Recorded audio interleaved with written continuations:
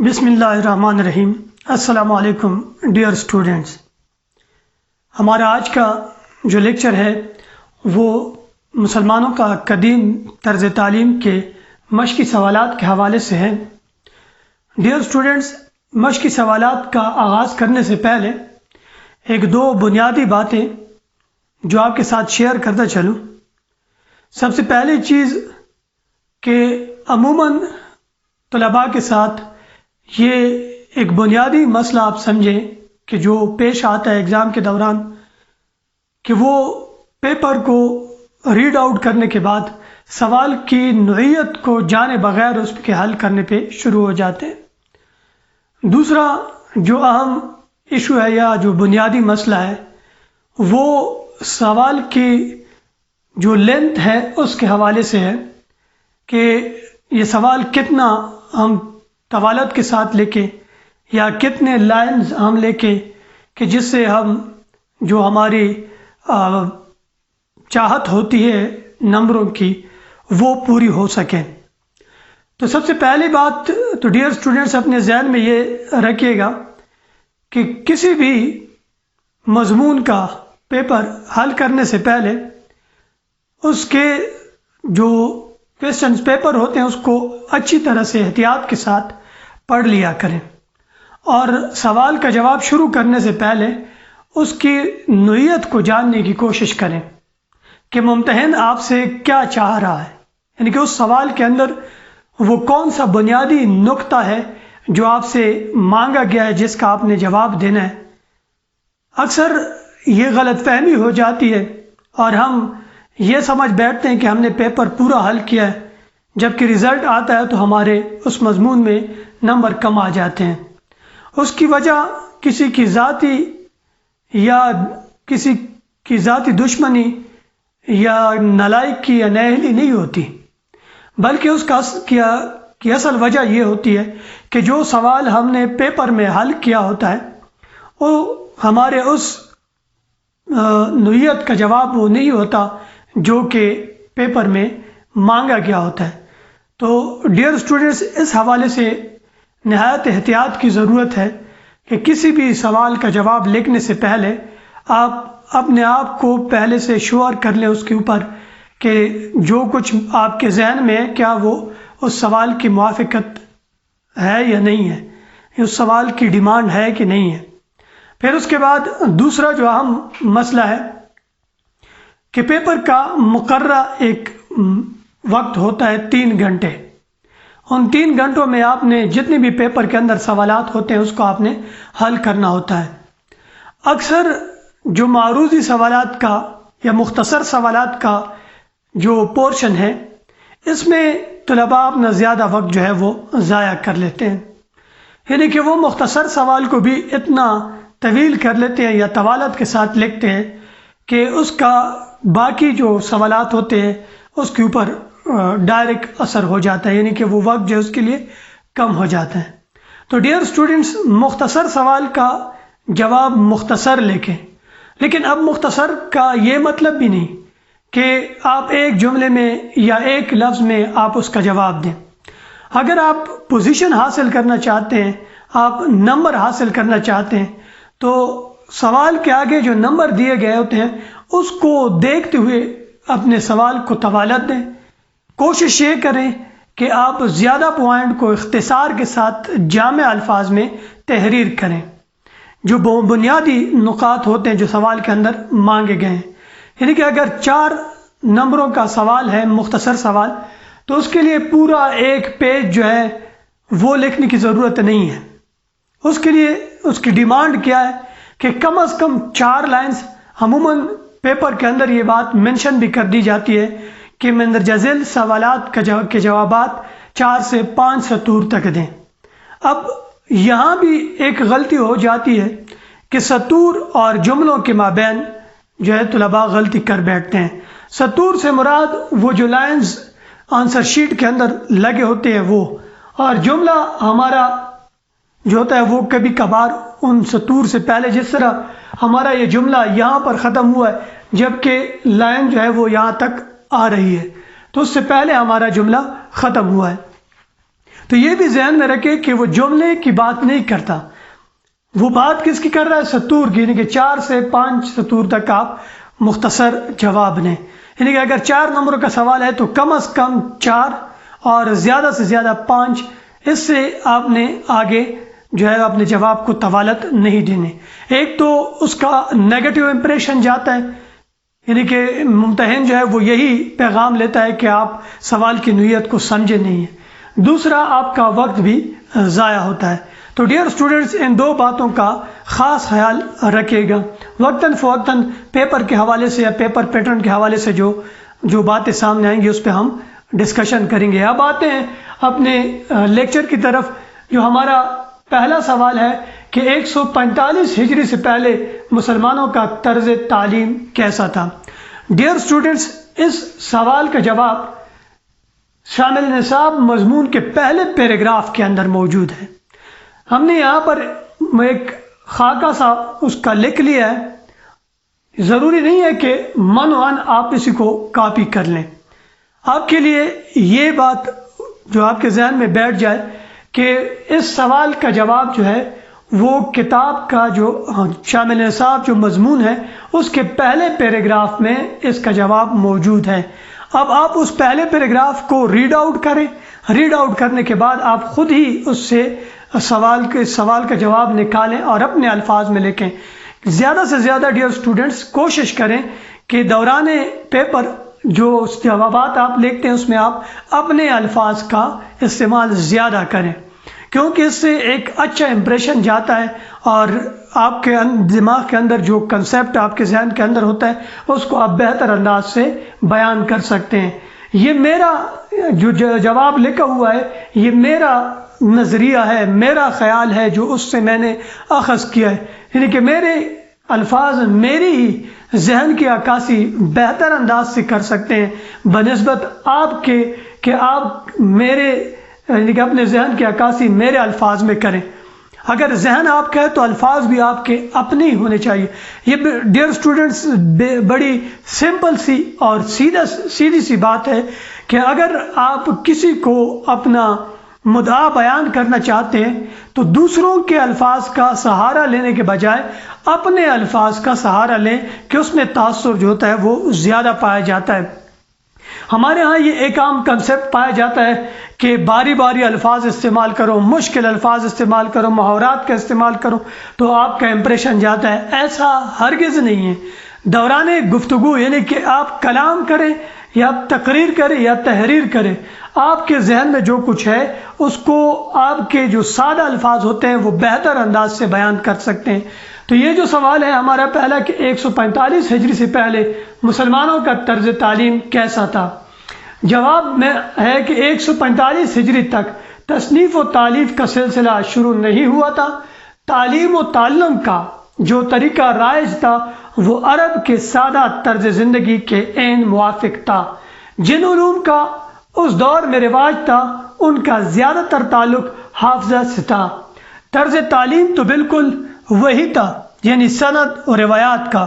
اس دور میں سینہ بسینہ علم منتقل ہونے کا سلسلہ رائج تھا۔ ڈیئر اسٹوڈنٹس، اس جواب کے اندر جو مین پوائنٹس ہیں، جو اہم باتیں ہیں وہ کیا ہے؟ پہلی بات یہ کہ تصنیف و تالیف کا سلسلہ شروع نہیں ہوا تھا۔ دوسری بات کہ جو طریقہ رائج تھا درس و تدریس کا وہ سادہ طرز زندگی کے موافق تھا۔ عرب کے جو لوگ تھے ان کے زندگی کے جو سادہ طرز زندگی تھا اس کے بالکل عین موافق تھا۔ دوسرا، جو جن علوم کا رواج تھا ان کا زیادہ تر تعلق کس کے ساتھ تھا؟ حافظے کے ساتھ تھا۔ جو پھر اس کے بعد طرز تعلیم بالکل کیا تھا؟ سند و روایات کا۔ اس دور میں سینہ بسینہ علم منتقل ہوتا تھا۔ تو 1 2 3 4 5 6 اور 7 یہ 7 اہم نکات ہے اس پیراگراف کے اندر جس کا ہم پہلے ذکر کر چکے ہیں کہ آپ کے اس سوال کا جواب آپ کے پہلے پیراگراف میں جو شامل نصاب مضمون ہے اس کے پہلے پیراگراف میں موجود ہے۔ تو اس میں سے اگر یہ 4 نمبروں کا سوال ہے تو 1 2 3 4 5 6 7 یعنی کہ میکسیمم کم از کم 1 نمبر کے لیے 2 نکات آپ نے بیان کر لیے۔ تو کم از کم اتنا ہونا چاہیے آپ کا جواب کہ آپ جو جواب لکھ رہے ہیں وہ 4 سے 5 سطور تک ہو. اور دوسری بات کہ جو جواب آپ لکھ رہے ہیں اس میں یہاں جو سوال میں مانگا گیا ہے کہ طرز تعلیم کیسا تھا، کس دور میں، 145 ہجری میں، آپ کا جواب اس سوال کے بالکل موافق ہو. ایسا نہ ہو کہ ہاں آپ سے یہ مانگا گیا اور آپ دوسرے دور کی بات شروع کر لیں. اب آتے ہیں دوسرے سوال کے اوپر کہ مسلمانوں کے طرز تعلیم کے دوسرے دور پر روشنی ڈالیں. روشنی ڈالنے کا مطلب یعنی کہ اس دور میں، دوسرے دور میں جو طرز تعلیم کے حوالے سے بنیادی باتیں تھی اس کی آپ وضاحت کر لیں. تو جواب ہے مسلمانوں کے طرز تعلیم کا یہ دوسرا دور بڑا دلچسپ ہے. یہاں ایک بات واضح کرتا چلوں کہ یہ پہلا جو پیراگراف ہے ہمارے شامل نصاب مضمون کا، اس میں جواب موجود ہے. اس سوال کا جواب کہاں پر ہے؟ دوسرے پیراگراف میں، کہ جو دوسرا پیراگراف ہے ہمارا شامل نصاب مضمون کا، اس کے اندر اس دوسرے سوال کا جواب موجود ہے. تو جس طرح میں نے پہلے بات کی کہ آپ اس پیراگراف کو ریڈ آؤٹ کر لیں، اس کے جو اہم نکات ہیں اس کو اپنے ذہن میں بٹھا لیں اور اپنے الفاظ میں پھر اس کو بیان کر لیں. مسلمانوں کی قدیم طرز تعلیم کا یہ دوسرا دور بڑا دلچسپ ہے، جہاں اسلامی سلطنت کے حدود نے وسعت پائی. عرب قبائل عرب سے نکل کر دور دراز کے علاقوں میں پھیل گئے تھے. بہت سے غیر عرب حلقہ اسلام میں داخل ہو گئے تھے. اسلامی سلطنت کو خوب فروغ حاصل ہوا، لیکن اس کے باوجود بھی ریاست نے درس و تدریس کے لیے کوئی توجہ نہ دی، نہ ہی مدرسے بنائے اور نہ ہی یونیورسٹیوں کے قیام کو عمل میں لایا. اس کے باوجود بھی مسجدوں، علماء کی خانقاہوں اور ذاتی مکانات میں درس و تدریس کا سلسلہ زور و شور سے جاری رہا. اسلامی سلطنت کے بڑے بڑے شہر علم و فن کا گہوارہ بنے، نئے نئے مکتب تعمیر ہوئے، لیکن ان مکتبوں میں سلطنت کا کوئی حصہ شامل نہ تھا. ڈیئر اسٹوڈنٹس، اس سوال میں جو اہم پوائنٹس ہیں، یہاں تک یہ جو بات ہے کہ ادھر سے شروع کریے، یہ ایک تمہیدی حصہ ہے اس سوال کے جواب کا. اب اس تمہیدی حصے کے بعد اصل جواب جو ہے وہ یہاں سے شروع ہوتا ہے. اب یہ چیز ضروری نہیں ہے، یہ لازمی نہیں ہے کہ آپ اس کو اسی طرح بیان کر لیں، کیونکہ یہ اس کا تمہیدی حصہ ہے. ہم سے مانگا کیا گیا، یہ میں نے اس آپ کے لیے وضاحت کے لیے یہ چیز لکھی ہے کہ میرا جو مقصد ہے واضح کرنے کا کہ جس طرح میں نے پہلے بات کی تھی کہ سوال کی نوعیت کو سمجھنے کی کوشش کریں. یہاں مانگا کیا گیا ہے مسلمانوں کے طرز تعلیم کے دوسرے دور پر. اب یہ جو جملے میں نے لکھے ہیں اس کا تعلق طرز تعلیم کے ساتھ ہرگز نہیں ہے. یہ تو مسلمانوں کی حکومت کا جو دوسرا دور ہے وہ شروع ہوتا ہے. میں نے اس لیے لکھا کہ میں آپ کو یہ سمجھانا چاہتا ہوں ڈیئر اسٹوڈنٹس کہ سوال کی نوعیت کو دیکھتے ہوئے اس کا جواب لکھیں، یعنی کہ اس طرح طوالت دینے کی ہرگز ضرورت نہیں ہے. یہ تو ہم یوں کہیں کہ جس طرح ایک انسان جو ہوتا ہے وہ ایک مکان بنا لیتا ہے، اب مکان سے اس کی بنیادی ضرورت تو پوری ہو جاتی ہے کمرے سے، لیکن اس میں رنگ و روغن کیوں کرتا ہے کہ اس میں اور خوبصورتی آ جائے. تو یوں سمجھے کہ میں نے اس کو حسن عطا کے خوبصورتی دی ہے. اگر آپ کے پاس ایگزام کے دوران وقت کم ہے تو اس کی ضرورت نہیں ہے. آپ نے کہا کہ اسلامی سلطنت کو خوب فروغ حاصل ہوا کہ دوسرے دور میں، تو جواب ہمارا کہاں سے شروع ہوگا کہ دوسرے دور میں اسلامی سلطنت کو خوب فروغ حاصل ہوا، لیکن اس کے باوجود بھی ریاست نے درس و تدریس کے لیے کوئی توجہ نہ دی، نہ ہی مدرسے بنائے اور نہ ہی یونیورسٹیوں کے قیام کو عمل میں لایا. اس کے باوجود بھی مسجد و علماء، یہاں مطلب ادھر سے ہمارا اصل جواب جو ہے یہ شروع ہو جاتا ہے. 1 2 3 4 لائنوں میں جو ہے ہمارا اصل جواب جو ہے ادھر آ جاتا ہے. یعنی کہ ایک پوائنٹ یہ کہ سلطنت کو تو فروغ حاصل ہوا، لیکن اس کے باوجود ریاست نے کیا کیا کہ درس و تدریس کے لیے کوئی توجہ نہ دی. دوسرا پوائنٹ نہ، اب اسی پوائنٹ کی یہ وضاحت ہے کہ مدرسے اور یونیورسٹیاں قائم نہیں کی. کس طرح توجہ نہیں دی کہ جو بنیادی ضرورت ہے تعلیم گاہوں کی وہ نہیں بنائی گئی. پھر اس کے بعد جو اگلا پوائنٹ ہے کہ اس کے باوجود بھی کہ مسجدوں اور خانقاہوں میں، یہ اگلا پوائنٹ رہا، درس و تدریس کا سلسلہ زور و شور سے جاری رہا۔ پھر اگلا پوائنٹ، اسلامی سلطنت کے بڑے بڑے شہر علم و فن کا گہوارہ بنے، جس طرح ہم نے بات کی تھی پیراگراف کی تشریح کے حوالے سے کہ مرو، ہرات وغیرہ جو ہے، نشاپور، یہ سارے کیا تھے؟ علم کی جو ہے وہ کا گہوارہ بن گئے تھے۔ اگلا پوائنٹ، نئی مکتب تعمیر ہوئے، پھر لیکن ان مکتبوں میں سلطنت کا کوئی حصہ نہ تھا، یعنی کہ 1 2 3 4 5 6 7 اور 8 نکات 4 نمبروں کے لیے اٹس انف۔ تو یہاں جو میں نے پہلی بات کی، یعنی کہ واضح کرتا گیا کہ ان جملوں کو لکھنے کی ضرورت نہیں ہے اگر آپ کے پاس ٹائم نہیں ہے۔ ہاں البتہ اگر آپ کے پاس وقت ہے تو لکھنے میں کوئی حرج بھی نہیں ہے، یہ آپ کا تمہیدی حصہ بن جائے گا، آپ کا اس سے امپریشن تو پڑ سکتا ہے، لیکن اگر آپ کے پاس وقت نہیں ہے تو پھر ان کو لکھنے کی ضرورت نہیں ہے، بلکہ میں اس بات پر زیادہ زور دوں گا کہ ان جملوں کو لکھنے کی ہرگز ضرورت نہیں ہے۔ ضرورت کہاں کی ہے کہ ادھر سے آپ اپنا جواب شروع کریں، کیونکہ آپ سے جو چیز مانگی گئی ہے وہ طرز تعلیم کے حوالے سے ہے، نہ کہ مسلمانوں کے دوسرے دور کے حوالے سے۔ اب اس دوسرے دور میں کتنا فروغ حاصل ہوا سلطنت کو، اس سے ہمارا کوئی سروکار نہیں ہے، ہمیں محدود رکھا گیا ہے اس سوال کے اندر تعلیم کے دوسرے دور کے، لہٰذا ان جملوں کو لکھنے کی ہرگز ضرورت نہیں ہے۔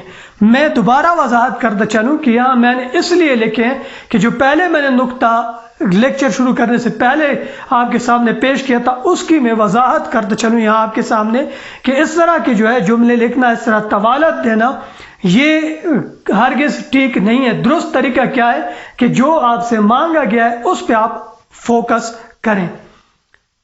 تو انشاءاللہ اگر اس طرز پہ آپ چلیں گے تو آپ کا جو مختصر سوالات کا جو حصہ ہے اس میں آپ 20 میں سے 17 یا 18 مارک جو ہے وہ آسانی سے حاصل کر سکتے ہیں۔ کہ مسلمانوں کے تیسرے دور تعلیم میں کیا خرابیاں پیدا ہوئی، ہم سے کیا مانگا جا رہا ہے تیسرے دور تعلیم میں، کہ جو مسلمانوں کے پہلے دو جو ادوار تھے ان کا تو ہم ذکر کر چکے ہیں۔ اس سوال کا جواب ڈیئر اسٹوڈنٹس آپ کے کتاب کے مطابق جو شامل نصاب مضمون ہے اس کے مطابق صفحہ 4 اور 5 پر آپ ملاحظہ کر سکتے ہیں، یعنی کہ جو صفحہ 4 اور 5 پر جو پیراگراف شامل ہیں ان کو ریڈ آؤٹ کرنے کے بعد اس سوال کا جواب آپ کو مل جائے گا۔ تیسرے دور تعلیم میں زیادہ زور نحو، صرف اور منطق پر دیا جانے لگا، جس سے تعلیم کا اصل مقصد فوت ہو جاتا ہے، یہاں تک کہ دینی علوم کے حصول کے لیے بھی نحو صرف کو لازمی قرار دیا گیا۔ یوں جو علم مقصود پہ ذات تھا اس سے مسلمان دور ہوتے گئے۔ اس دور میں تصنیف و تالیف کا سلسلہ زور پکڑ چکا تھا، اس سے یہ خرابی پیدا ہوئی کہ اصل علم کے بجائے کتاب کی عبارت اور اس کے متعلقات پر زور دیا جانے لگا، جس کی وجہ سے علم کے بنیادی مقاصد فوت ہوئے۔ تو ڈیئر اسٹوڈنٹس کون سے جو خرابیاں تھیں وہ پیدا ہوئی؟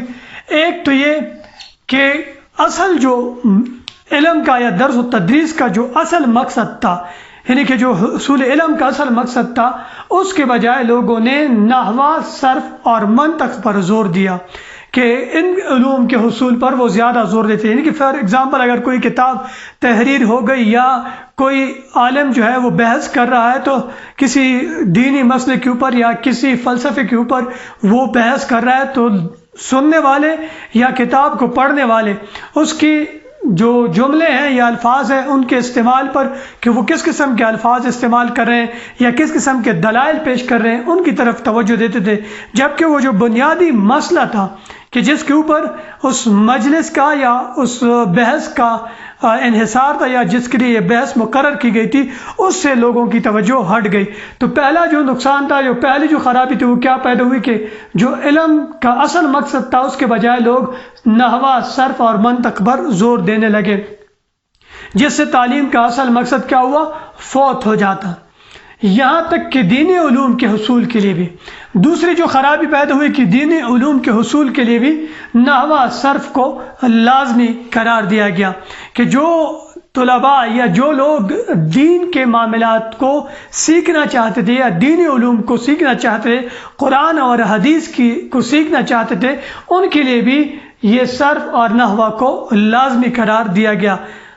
پھر اگلا کیا ہے کہ یوں جو علم مقصود بذات تھا اس سے مسلمان دور ہو گئے، کہ اس کی وجہ نقصان کیا ہوا کہ جب یہ چیز آ گئی تو جو مقصود بذات یعنی کہ جو علم بنیادی مقصد رکھتا تھا اس سے مسلمان دور ہو گئے۔ مسلمان دین یا قرآن اور حدیث کی تفسیر یا اس کے علوم کو سیکھنے کے بجائے اس چیز میں مشغول ہو گئے، صرف اور نحو میں، تو جو بنیادی علم تھا اس سے وہ دور ہو گئے۔ دوسرے دور میں تصنیف و تالیف کا سلسلہ زور پکڑ چکا تھا۔ اس سے کیا خرابی پیدا ہوئی کہ اصل علم کے بجائے لوگ عبارت اور اس کے متعلقات پر زور دیا جانے لگا، کہ جو اصل علم تھا، یعنی کہ اگر کوئی کتاب کسی نقطہ نظر کے حوالے سے لکھی گئی ہے تو اس کے بجائے اس چیز کے اوپر کہ اس لکھنے والے کا کے ساتھ کتنا اس حوالے سے علم ہے یا کس قدر وہ مدلل اس نے گفتگو کی ہے یا کس طرح اس نے ثابت کیا ہے، اس پر کو سوچنے کے بجائے لوگ اس کی عبارت خوانی پر کہ اس نے الفاظ کیسے استعمال کیے، اس کی عبارت کیسی ہے یا اس سے جڑے ہوئے جو دوسرے اجزاء متعلقات اس پر زور دینا شروع کیا، جس کی وجہ سے علم کے بنیادی مقاصد فوت ہو گئے۔ کہ جب یہ خرابیاں تیسرے دور میں پیدا ہوئی تو اس کا نقصان کیا ہوا کہ جو علم کا بنیادی مقصد تھا وہ فوت ہو گیا۔ اگلا ہمارا سوال ہے ڈیئر اسٹوڈنٹ، سوال نمبر 4، مسلمانوں کے تعلیم و تدریس کے کون کون سے مراکز تھے؟ کہ جو مسلمانوں کے تعلیم و تدریس کے حوالے سے جو بڑے بڑے مراکز تھے وہ کون سے تھے؟ مرو، ہرات، نشاپور، بخارا، فارس، بغداد، مصر، شام، اندلس اور کرتبہ وغیرہ۔ ان شہروں میں درس و تدریس کا سلسلہ پورے آب و تاب سے چلتا رہا، جس سے اس دور میں بہت سے لوگ مستفید ہوئے۔ دور دور سے لوگ حصول علم کی خاطر ان شہروں میں آتے تھے اور علم کی پیاس بجھاتے تھے۔ ڈیئر اسٹوڈنٹس، اس سوال کے اندر ایک خاص نقطہ ہے جو میں یہاں آپ کے سامنے واضح کرنا چاہتا ہوں۔ جیسے کہ پہلے سوال میں ہم نے یہ بات کی تھی کہ جواب کو طوالت دینے کی ضرورت نہیں ہے۔ دوسری ہم نے جو بات کی تھی یعنی کہ نمبروں کے حساب سے کہ 4 یا 5 سطور تک آپ نے جواب لکھنا ہے۔ یہاں ایک نہایت ہی اہم نقطہ واضح کرتا چلوں کہ بعض اوقات ایک سوال ایسے آ جاتا ہے کہ آپ اس کو زیادہ بھی کھینچ لیں تو اس کا جواب 4 یا 5 سطور تک نہیں پہنچ سکتا۔ تو ہمارے ذہن میں یا طلباء کے ذہن میں یہ سوال پیدا ہوگا کہ پھر اس صورت میں ہم کیا کریں گے۔ عموماً جو گرامر سے ملحقہ سوالات ہیں اس میں یہ سچویشن زیادہ کریٹ ہو جاتی ہے، زیادہ پیدا ہوتی ہے۔ فار ایگزامپل کہ اگر ہم سے مختصر سوالات کے اندر یہ سوال کیا جائے کہ اسم کی تعریف کریں، اب اسم کی تعریف ایک ہی جملے کے اندر ہے، اس کو آپ نہ بڑھا سکتے ہیں نہ آپ اس کو گھٹا سکتے ہیں، جتنا بھی آپ زور دیں، مثالیں آپ لکھ لیں 2 3، تھوڑا سا وہ اس میں طوالت آ جائے گی، لیکن جو 4 یا 5 سطور کی بات ہے وہاں تک نہیں پہنچ سکتا۔ تو جس طرح میتھمیٹکس کے یا فزکس کے یا کیمسٹری کے اندر نومیریکل ٹائپ کویسچنز ہوتے ہیں، تو ڈیئر اسٹوڈنٹس لٹریچر کے اندر ایسے سوالات جو ہے وہ نومیریکل ٹائپ کویسچنز کے ہوتے ہیں، ان کے ٹوس نمبر ہوتے ہیں۔ اور میں یہاں پر اس بات پر زور دوں گا کہ حتی الامکان کوشش کریں کہ ایسے سوالات پر اپنا فوکس کریں کہ ان کو حل کرنے میں کو ترجیح دیں۔ جس طرح یہ سوال ہے، اس میں میں نے یہ جملے جو لکھے ہیں جن کو میں انڈر لائن کر رہا ہوں، ان کو لکھنے کی ہرگز ضرورت نہیں ہے۔ یہ تو ایسے میں نے اس کو پورا کرنے کے لیے، ٹوٹل پورا کرنے کے لیے لکھیں۔ اصل ہمارا جواب یہاں سے شروع ہوتا ہے اور یہاں پر آ کر ختم ہو جاتا ہے۔ یہ جو حصہ یہ کہ مسلمانوں کے تعلیم و تدریس کے بڑے بڑے مراکز مرو، ہرات، نشاپور، بخارا، فارس، بغداد، مصر، شام، اندلس اور کرتبہ وغیرہ تھے۔ ہم سے کیا مانگے گئے؟ مراکز مانگے گئے۔ یہ چیز ہم سے نہیں مانگی گئی کہ ان میں لوگ آتے تھے یا نہیں آتے تھے، درس و تدریس کا سلسلہ چلتا تھا یا نہیں چلتا تھا۔ forget about it، کہ ان چیزوں کو آپ اگنور کر دیں، اس چیز کو آپ چھوڑ دیں، یعنی کہ یہ ہمارے مقصد کی بات نہیں ہے۔ یہ تو میں نے صرف آپ کو سمجھانے کے لیے لکھا تھا کہ یعنی کہ اس کو آپ طوالت دے سکتے ہیں، یہ نہیں کہ آپ طوالت نہیں دے سکتے، لیکن یاد رکھیے گا ڈیئر اسٹوڈنٹس کہ نجی زندگی کے حوالے سے ہو یا تعلیمی زندگی کے حوالے سے ہو، ایک بات اپنے ذہن میں بٹھا لیں کہ جتنی آپ زیادہ کسی بھی نقطے پر ڈسکشن کریں گے، جتنا آپ زیادہ اس پر گفتگو کریں گے، خیالات کا اظہار کریں گے، تو اتنی ہی آپ سے زیادہ غلطیاں ہونے کا جو ہے وہ چانس رہتا ہے، یعنی کہ جتنا آپ زیادہ بولتے ہیں اتنی آپ سے زیادہ غلطیاں ہوتی ہیں۔ اسی طرح آپ جتنا زیادہ لکھتے ہیں اتنی آپ سے زیادہ غلطیاں ہوں گی، لہٰذا ان چیزوں کو لکھنے کی ہرگز ضرورت نہیں ہے۔ ہمارا جو مقصد ہے وہ یہاں پہ آ کے پورا ہو جاتا ہے۔ ہم وہ کہتے ہیں نا کہ پشتو میں کہتے ہیں کہ تا قبل پکار دے کا مانا، تا مانا پکار دے کا قبل۔ اب ہمارا تعلق کس کے ساتھ ہے؟ سیب کے ساتھ ہے، ہمیں کابل کے ساتھ کوئی تعلق نہیں ہے۔ ہمارا کام اس چیز کے ساتھ ہے، جو ہمارا بنیادی مقصد تھا، جو سوال کے حوالے سے، وہ ہمارا یہاں پہ آ کے پورا ہو گیا ہے۔ اب اگر پشتو میں ایک محاورہ ہے کہ پگوڑا مڑے گی تو زارو ضرورت نشتا، کہ اگر اس سے آپ کو 4 نمبر مل سکتے ہیں تو پھر ان کو لکھنے کی کیا ضرورت ہے؟ مفت میں کہ آپ علم و جمار والی بات ہو جاتی ہے کہ مفت میں ہم غلطیوں کے لیے اپنا سلسلہ کیوں آگے بڑھائیں۔ تو یاد رکھیے گا ڈیئر اسٹوڈنٹس کہ اس قسم کے جب سوالات آ جائیں تو ہرگز اپنے ذہن میں یہ بات نہ لائیں کہ اوپر جو لکھا گیا ہے کہ 4 سے 5 سطور تک آپ جواب لکھیں، تو میں نے اس کو ہر حال میں 4 سے 5 سطور تک لے کے جانا نہیں، ایسا بالکل لازمی نہیں ہے۔ یہ قرآن یا حدیث کی بات نہیں ہے کہ بس اس نے جو اوپر لکھ لیا وہ ہے۔ ہاں، اس صورتحال میں تو لازمی ہے۔